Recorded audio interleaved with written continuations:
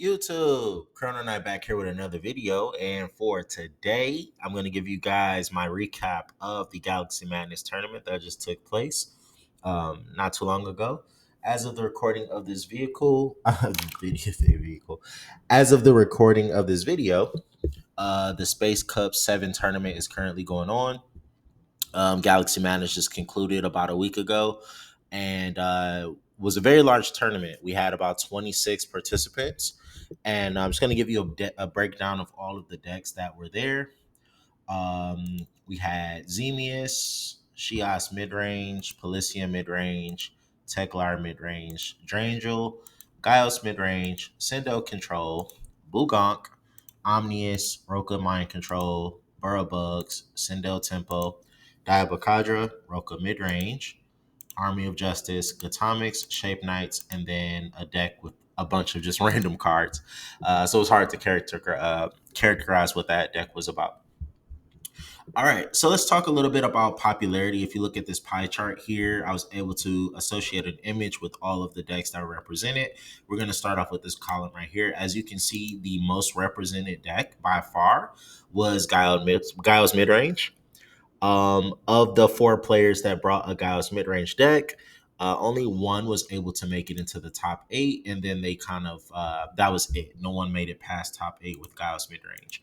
So, despite it being very popular, it did not perform as well as I thought it would. And given that this tournament was a best of one format, so that means it was no sideboard. You get one game against your opponent, single elimination, win or go home, right? And so I think that Gaius midrange was positioned very, very well. As I think it is a deck that is very, very strong in the first game. But it kind of falls off in games 2 and 3 as people are able to side in a copy of Super Flooper. But considering it was best of one, I thought the deck was going to do significantly better than what it did. So I don't know if it's a matter of the deck needs some adjustments. After I looked at all of the lists that people brought for the Gaius mid-range deck, they were all like fairly standard. For the most part, they were running the same cards. Some people prioritized adding a copy of Scardian of the Moon to go with Solomancer to use that big combo. To go for a potential 10-point swing. But other than that, everything else was pretty standard. So I was kind of surprised by that performance. Next up, some of the next popular decks were there were two Zemius, neither of which were able to crack through the top eight. There were two Sendo Control, both of which made the top eight. There were two Burrow Bugs. One player made top eight, and I believe that same player also made top four. So Burrow Bugs had a really good showing. And then Sindel Tempo. Um, I played one of the decks, and then there's another player who brought Sendo Tempo. Both of us made top eight. We played each other in top eight. I beat them to make top four. Spoiler alert there. But I'll talk more about my deck list as I did highlight the top four list. And I'll give you guys an image of that moving into the next graphics. Some notable mentions. Gatomics showed up. The creator of the game, Zach, actually brought Gatomics. Fun fact: it is my favorite archetype, and I would love to see the deck get a lot more support. So it was cool to see that deck show up. Shape Knight's kind of underperformed, even though it was only one deck. I thought that. I don't know. Maybe it didn't necessarily underperform. I think it, kind of did as expected, honestly. Um, but I guess what I can say is I thought more people would consider bringing Shape Knights than what they did. Now, let's talk about the decks that made it into the top eight. So, like I said, we had one Gaios mid-range player make it in, two Sindel control players. This deck is very, very consistent. I'm going to go over my tier list towards the end of this video. So feel free to fast forward to that part if you're excited to see what that's all about. However, Sindel Control is a tier one deck. The deck performs very, very well. It's very consistent. It has a pretty much good matchup into what I would say 80% of the field. As there are not really a lot of decks that just directly counter it. Some decks can pose a little bit more trouble. I think it does struggle against decks that can play like super aggressive or spam a lot of creatures, like three creatures. Um, and kind of just overwhelm it with more and more attacks, as Gehenna is only able to snatch one creature at a time. However, the deck can be very oppressive and can just burn you out of your resources until you don't have much left. Burrow Bugs was really impressive. Like I said in some of my other videos, I think they have some of the best single use resources. Um, and the player who placed top four with the deck, I think their list is the most streamlined version of playing Burrow Bugs, in my opinion. I could see a couple different concessions or a couple different changes made. However, the list is pretty clean from what I was able to see. I'll go over my list, which is not very standard at all. However, I think it did very, very well into the format. I was very happy with how the deck performed. Um, Won against the mirror match, and I believe I beat a Xemius player as well. And I had to buy my first round, and so I was able to, move very quickly through the bracket and get a nice top four finish. Roka mid range, which is actually the deck that eliminated me, which I think was kind of a sleeper pick in my opinion. I think the deck is actually stronger than what I evaluated from before, and I'll talk a little bit more about that later. And then Army of Justice, which ended up being the champion. The funny thing is that I think my deck does extremely well into the champion deck, however, does not do well into the deck that got second place. So it was just kind of a weird, interesting dynamic there with the matchup where. Um, um, if you're talking about a best of one format, the Roka midrange deck can be extremely dangerous because it starts to rip cards from your hand. And when you don't have, a game two or three to kind of rely on to bounce back from that, all it takes is for you to break and have an inconsistent hand. That in combination with the deck of Roka being fairly consistent, which I'll show you later, and it discarding cards from your hand just puts you in a really tough position. And it's hard to bounce back from that. But yeah, Army of Justice was able to win, so shout out to them. As far as the planets, the most popular planet was Sindel. Four of the six actually had like Sindel specific type of builds. The other two just kind of slapped Sindel as a generic planet, I guess. So that was pretty interesting. Other than that, Gaios was the second most popular, and then followed by Simbero and Sinian combinations. Oh, I'm sorry, followed by Roka. So it seems like these three planets are very interesting as far as Sindel, Roka, and Gaios. Gaios being a very consistent planet as far as like synergy, where you can use it to search for different star Gaios creatures within your deck, which can be very generic and doesn't necessarily mean you have to run all Gaios creatures. And I think that does attribute to why it does get a lot of play. Um, Roka, I think, as a strategy, is very, very beginner friendly in my opinion, but also is very interesting because just the ability to see a card in your opponent's hand once per turn is very, very powerful, especially if you have cards in your deck that can take advantage of that by either sniping them or taking them or discarding them, things like that. And then lastly, Sindel. Sindel is a very interesting planet because I think it does cater more to people who play a very Sindel esque strategy. But just the getting plus one star whenever your Sindel creature is dead, it does well for getting you a very economically safe type of build. So, but yeah, this is the breakdown. Like I said, 26 different decks here. And I was just happy to see all of the deck diversity, and it gives me a lot of hope going into the rest of the format, especially in the best of three. All right, so now let's go over to here. Okay, okay, here we go. So here's the third/fourth place deck. Burrow Bugs. Like I said, I think it is a very streamlined deck. What I really liked that the player did was they brought the Baby Ozo package as a one copy of each in order to make your forces of justice live. The reason that this is pretty cool is because whenever you play one of these, they all search in a triangle type of format. Um, so each one grabs the other, which means they're very consistent, but they give you three different planet types.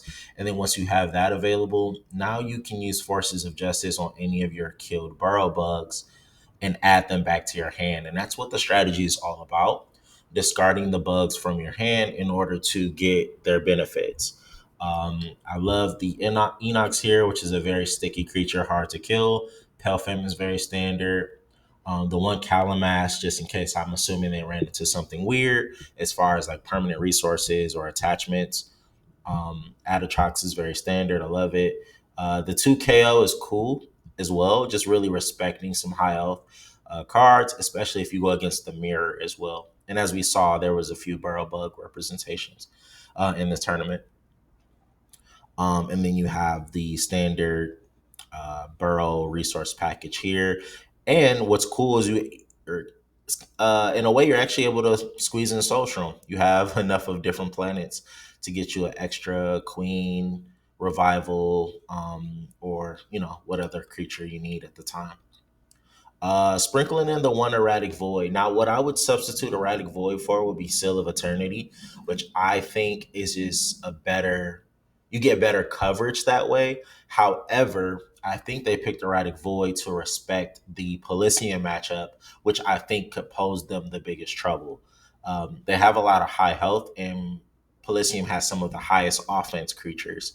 So using an Erratic Void there, um, probably helps them buffer against some of that offense. Next up was my list. Like I said, not very standard at all. I run a lot of Sindel packages here, but then I mix in a little bit of Guster, Zamrazed, Aube Commander, and Thorngaborg to tie everything together. And so these four different guys, or five if you add Droplet Squaws here, they add something different to support the Sindel package. So Aube Commander is your strong offensive swinger. He's the guy who can come in and kill your the big opponent creatures. And I think it's most important when you're able to kill things by battle instead of by resource removal, as Polysium's Leviathan Crown can be extremely annoying to deal with otherwise. And it also respects the Barrow matchup, which I figured some Barrow opponents will potentially pop up, although I did not play them in this tournament. Guster is really nice because TFP is cut to one copy. I felt like Guster is cool to cut to one copy. And if you wanted to get another one, you still have Forces of Justice that you can rely on. And so I really love cutting that just to give me some more space for other tech type of cards. Um, the sword was great just in case I go against the Syndian matchup, which will also be like perfect against the deck that got first place. And so, yeah, I can go way more in depth into this deck if you would like to. Just let me know in the comments. As far as things I would change about the deck, I would definitely change the creature ratio. I was really, really, really banking on the fact that two Bone Ladder, one Shroom, and Forces of Justice effectively increases your creature count. However, it relies on you getting those creatures set up. And so when I had my matchup against Roka and they were able to, first of all, I bricked, and then they were able to also rip cards from my hand, it just put me at a significant disadvantage and I wasn't able to get things going. And it really slowed down my game plan. And so if you're looking to play a strategy like this, just be very, very careful with how many creatures you run. I particularly took a risk in order to increase my matchup coverage. But obviously, the risk of doing that is that you brick and you don't get a good hand when you start. So, just something to think about. But overall, I was extremely happy with the deck's performance, and it's a very, very fun deck to play. Next up is Roka Midrange. Roka Midrange, like I said, is fairly consistent. I mean, you just have some sticky 4-star creatures here.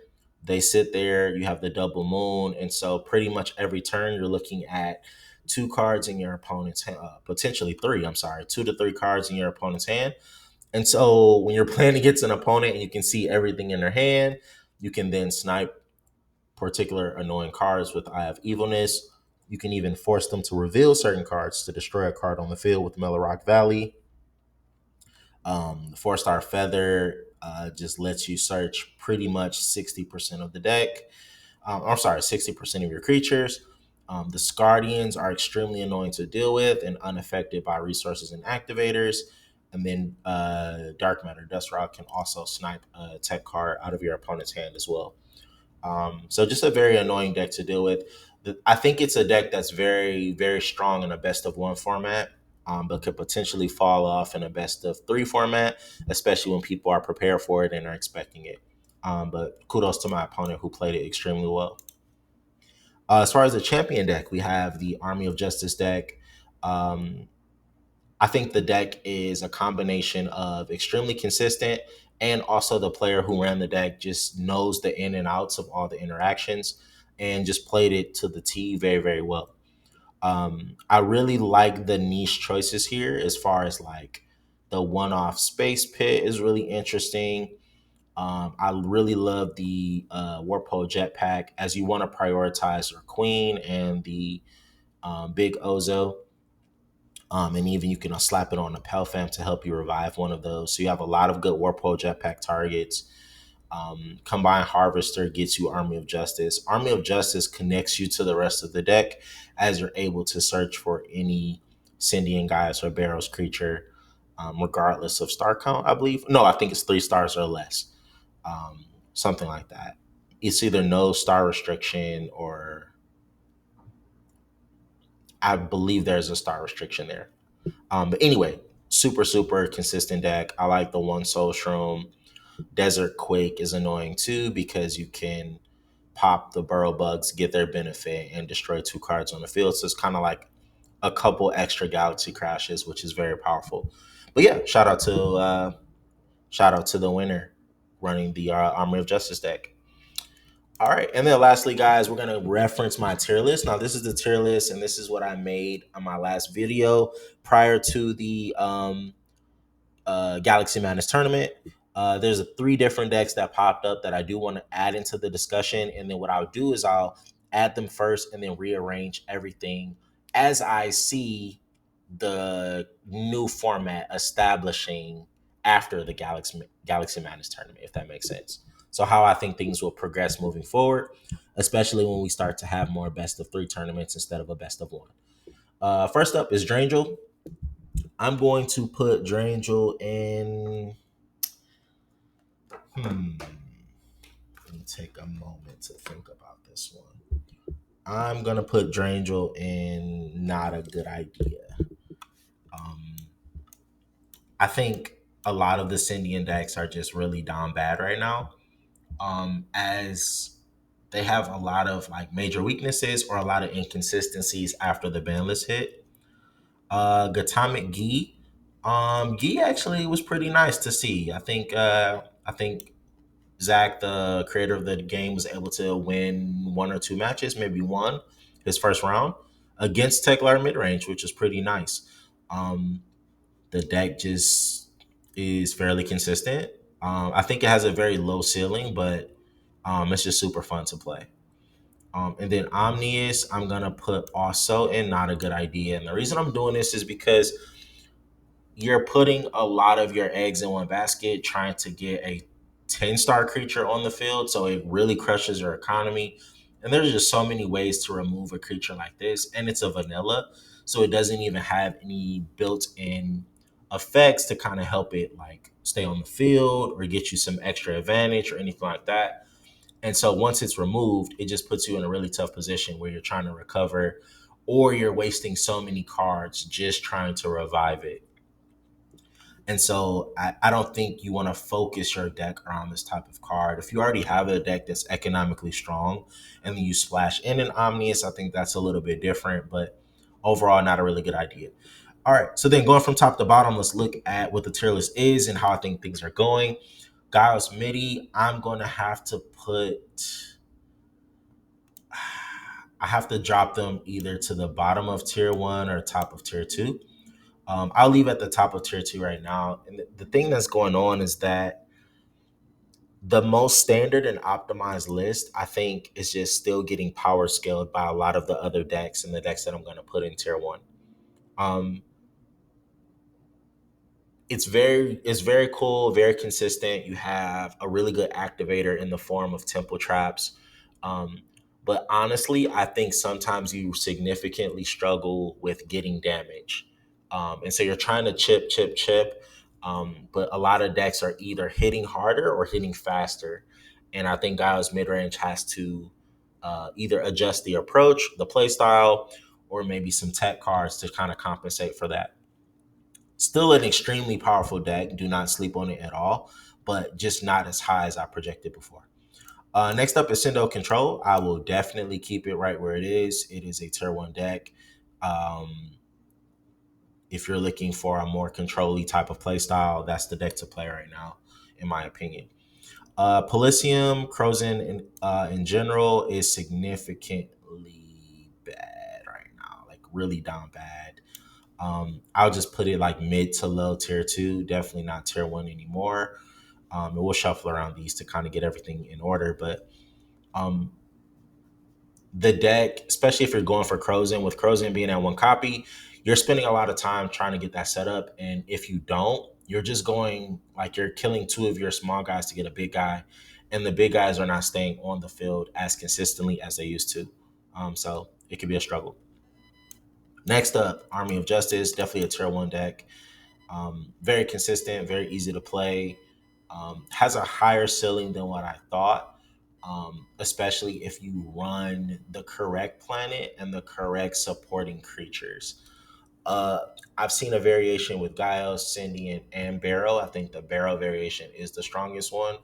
The Giles one gets you a lot of flexibility.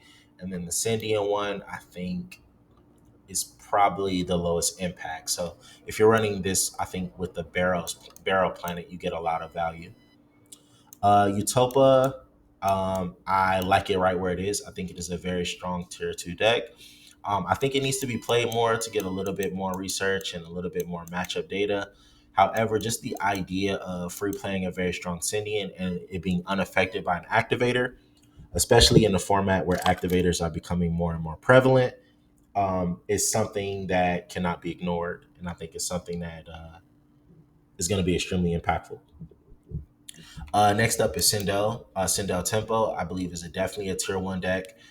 This is one of the decks that plays the best from the graveyard, and a lot of decks cannot keep up with that. So, like, once you're able to really get the gas combo set up, and you have other consistency cards layered on top of that, other supporting planets or other supporting tech cards, you can really overwhelm your opponent to the point where like almost every turn or every other turn you're coming back with a 2 to 3 creature board for a very low economic investment. And a lot of decks will just get run over in that fashion. Next up is Shias midrange. I'm actually gonna put Shias midrange towards the end of tier two. The best variations that I'm seeing now is some some Crimson grenade variations and some mouth variations. But the problem is just I don't know, like the economy and the game plan.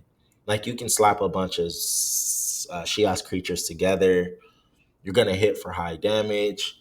Um, but I think it's a deck that really, really strongly relies on killing in the early game and maybe into the mid game, but it falls off extremely hard going into the late game.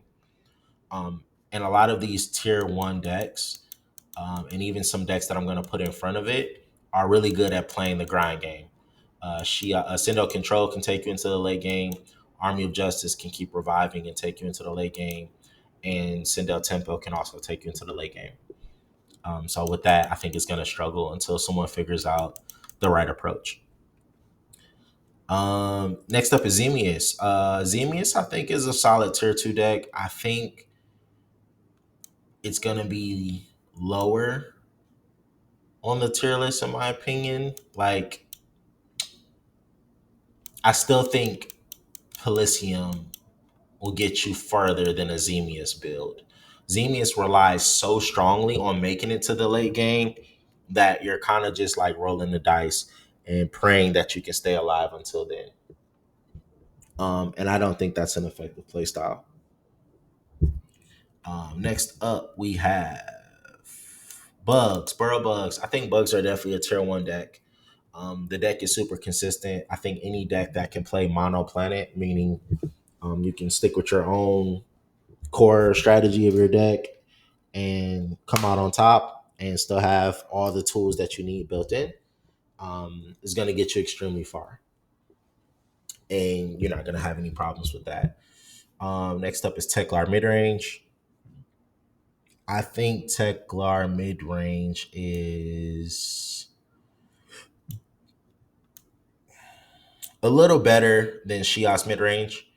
Um, I think you can get some really cool combos going in things such as like safety cables. Hideron is an extremely strong card. Even the mid-range creatures have a lot of health and benefit, a lot of consistency there, a lot of room for non-engine tech cards that you want to add in. And so yeah, I think the deck is fairly solid. Solomancer or like decks that are really relying on trying to get this combo off, I think it is still a tier 3 deck. I think it's still just relying so strongly on going for that big swing. And a lot of decks are just prepared for it, play faster, or are a little more resilient than they used to be. Roka mid range. I think Roka mid range is at the top of tier 2. I would put it, I definitely like it over Crozin because hand disruption is so strong in this format. I would put it above the Utopia Ascendian variation as well. Just the ability to look at everything in your opponent's hand and potentially discard those cards in a format where we don't have as much draw power is always going to be powerful. The only issue is I think the deck has a fairly low ceiling in a best of three, as there's very many ways that you can prepare for the deck and just be prepared to, destroy it. And it does rely on drawing, good cards at the right time. And once you blow through the Guardians, like I said, it loses a lot of its backbone. So if you have a lot of built-in Guardian outs, either in your main deck or in your side deck, then the deck starts to fall off. But as far as a game one or just a consistent deck in general, it is still very powerful. Diabacadra, similar to Solomancer, you're putting so many eggs in a basket of just trying to build up to a very, very strong boss monster. And I think it's very, very slow. And I think a deck like this, you almost have to like double down and play the Sacred Reef permanent resource to power up the small creatures. And if you're doing that, you're killing one of your zones. And then even though you're powering up the small guys, I mean, they're still small for a reason. And they don't trade well into a lot of other different things. And Polysium decks in general do not have a lot of space for extra tech cards. You're spending so much space on making sure your creature ratios are good and running your Leviathan crowns and things of that nature that it does put you in a weird spot to be prepared for multiple matchups. Next up is Gatamic Gi. Gatamic Gi is actually fairly consistent. I would prefer that deck over these other two as it's very streamlined and very simple. Like, get Gi on the board, get some Gatomics in your hand. If they kill Gi, you get to free play that creature. Sometimes that could snowball. Sometimes you can get some lucky snipes with Goka. Sometimes Gatamic Gi drops down and it's too powerful for people to kill, and it buys you some time. But I think it just struggles with damage and it struggles with value, and I think there are just better options in general. Next up is Bugonk and Shape Knights. The thing about this is that if you fused both of these together, you might get a nice tier 3 deck. But individually, no. Well, the thing is, even if you combine them together, the highest ceiling you probably would get is tier 3. The issue is that both of their game plans kind of counter each other. Like, Shape Knights prefers to play in a little bit more of a tempo-esque fashion, a little bit more faster pace, where Bugonk is more of a build up and surprise you with a really big swing of damage. So yeah, we already talked about Omnius, and then Drangel is just Drangel. I think it's kind of like the idea of Gi, where you just like get a nice consistent core. I think it just gets power scaled by so many of these other decks that it's not worth playing it, in my opinion. So yeah, let's take another look at the tier list. I probably would do something like this. Um, I think Teklar midrange is more consistent than Zemius, even though Zemius has a high ceiling once it's on the field and set up. Um, Crozin, even when it's inconsistent, can still be a formidable. So yeah, I really like this updated tier list. Okay, so we're gonna leave it at this. Let me know in the comments below how you feel about the tier list. Was I off? Was I wrong? Did I miss any decks? Just let me know.